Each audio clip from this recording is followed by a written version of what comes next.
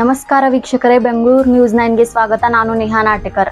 ಭೀಮಣ್ಣ ಖಂಡ್ರೆ ತಾಂತ್ರಿಕ ಮಹಾವಿದ್ಯಾಲಯದಲ್ಲಿ ನಡೆದ 11ನೇ ಅಂತಾರಾಷ್ಟ್ರೀಯ ಯೋಗ ದಿನಾಚರಣೆ ಕಾರ್ಯಕ್ರಮವನ್ನು ಜಿಲ್ಲಾ ಉಸ್ತುವಾರಿ ಸಚಿವರಾದ ಶ್ರೀ ಈಶ್ವರ್ ಖಂಡ್ರೆ ಅವರು ಉದ್ಘಾಟಿಸಿ ಮಾತನಾಡಿದರು. ಯೋಗವು ನಮ್ಮ ನಿತ್ಯದ ಬದುಕಿನ ಅವಿಭಾಜ್ಯ ಅಂಗವಾಗಲಿ, ಪ್ರತಿ ವ್ಯಕ್ತಿಯ ದೈಹಿಕ ಹಾಗೂ ಮಾನಸಿಕ ಆರೋಗ್ಯ ಸದೃಢವಾಗಲಿ, ಆರೋಗ್ಯಕರ ಸಮಾಜ ನಿರ್ಮಾಣವಾಗಲಿ ಎಂದು ಸಚಿವ ಈಶ್ವರ್ ಖಂಡ್ರೆ ಅವರು ಕರೆ ನೀಡಿದರು.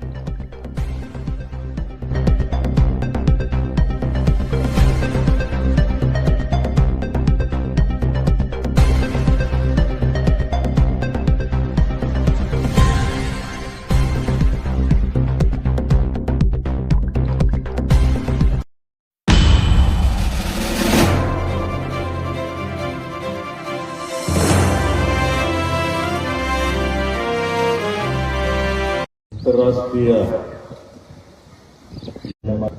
ಸ್ವಾಗತ ಮತ್ತು ಅಭಿನಂದನೆ.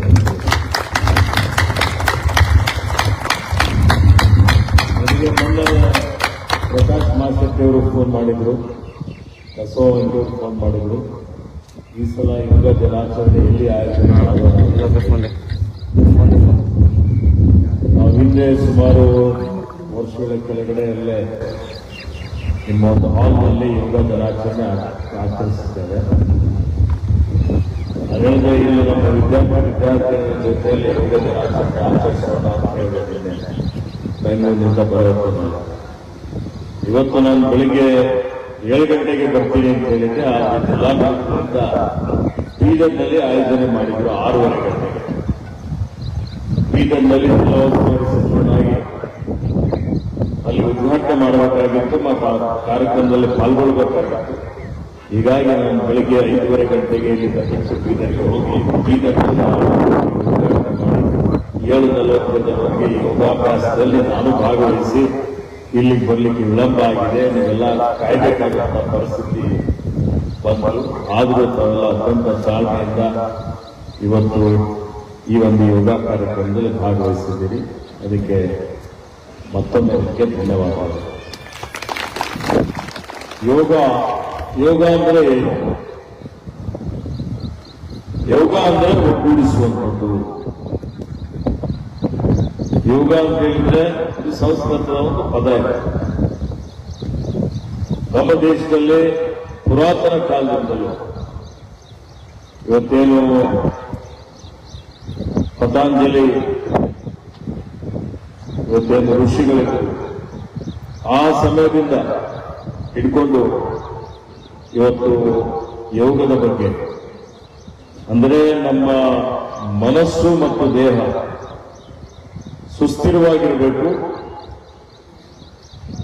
ಎರಡು ಸಮೀಕರಣ ಸರಿಯಾಗಿರಬೇಕು ಅನ್ನುವಂಥದ್ದು. ಯೋಗ ಅಂದ್ರೆ ಬರೀ ಆಸನ ಅಷ್ಟೇ ಅಲ್ಲ. ಯೋಗ ಅಂದ್ರೆ ಧ್ಯಾನ, ಯೋಗ ಅಂದರೆ ಇವತ್ತು ಅಧ್ಯಾತ್ಮದ ಒಂದು ಇವತ್ತು ಕಲೆ ಅಂತೇಳಿ ಹೇಳ್ಬೋದು, ಮಾಡುವಂಥದ್ದು ಅಂತ ಹೇಳ್ಬೋದು. ಹೀಗಾಗಿ ಇವತ್ತಿನ ಕಾಲದಲ್ಲಿ ಯೋಗ ಬಹಳ ಅವಶ್ಯಕತೆ ಇದೆ ಅನ್ನುವಂಥದ್ದು ನಾನು ಇಲ್ಲಿ ಹೇಳಲಿಕ್ಕೆ ಬಯಸ್ತೇನೆ. ನಾವು ನೋಡ್ತಾ ಇದ್ದೇವೆ, ಯೋಗ ಮಾಡ್ತಾ ಇರ್ತಕ್ಕಂಥದ್ದು ಯಾವುದೇ ಒಂದು ಜಾತಿ, ಮತ, ಪಂಥ, ಧರ್ಮಕ್ಕೆ ಸೀಮಿತವಾಗಿದ್ದಂಥದ್ದಲ್ಲ. ಶ್ರೀಮಂತರು, ಬಡವರು, ಬಲಿದರಂತಲ್ಲ. ಎಲ್ಲರಿಗೂ ಇವತ್ತು ಯೋಗದಿಂದ ಒಳ್ಳೇದಾಗುತ್ತೆ. ನಮ್ಮ ಆರೋಗ್ಯವಂತನೇ ಆಗಬೇಕಲ್ಲ. ಆರೋಗ್ಯವೇ ಭಾಗ್ಯ ಅಂತ ಹೇಳ್ತೀವಿ. ಆರೋಗ್ಯ ಇದ್ರೆ ಎಲ್ಲ. ಇವತ್ತು ಆರೋಗ್ಯವಂತ ಜನ ಇದ್ರೆ ಮಾತ್ರ ಆರೋಗ್ಯವಂತ ಸಮಾಜ ನಿರ್ಮಾಣ ಮಾಡಲಿಕ್ಕೆ ಸಾಧ್ಯ ಆಗ್ತದೆ. ಎಲ್ಲರೂ ರೋಗಿಗಳಾಗಿದ್ದಾರೆ. ಇವತ್ತು ನಾವು ನೋಡ್ತಾ ಇದ್ದೀವಿ, ಆಧುನಿಕ ಯುಗದಲ್ಲಿ ಇದ್ದೀವಿ. ನಮ್ಮ ಮಕ್ಕಳು ಬಹಳ ಪ್ರತಿಭಾವಂತರಿದ್ದಾರೆ, ಆದರೆ ಯಾರು ವ್ಯಾಯಾಮ ಮಾಡೋದಿಲ್ಲ, ವಾಯುವಿಹಾರ ಮಾಡೋದಿಲ್ಲ. ಯಾರು ಇವತ್ತು ನಾನು ನೋಡ್ತಾ ಇದ್ದೇನೆ, ಬಹಳಷ್ಟು ಕಾಲ ಫೇಸ್ಬುಕ್ ಅಲ್ಲಿ, ಟ್ವಿಟರ್ ಅಲ್ಲಿ, ಸೋಷಿಯಲ್ ಮೀಡಿಯಾದಲ್ಲಿ ನಾವೆಲ್ಲ ಕಾಲ ಕಳೀತಾ ಇದ್ದೇವೆ. ಮೊಬೈಲ್ ನಮಗೆ ಆಧುನಿಕ ಜಗತ್ತಿನ ಬಗ್ಗೆ ಅಧ್ಯಯನ ಮಾಡಬೇಕು, ಆದರೆ ಅದು ಒಂಥರ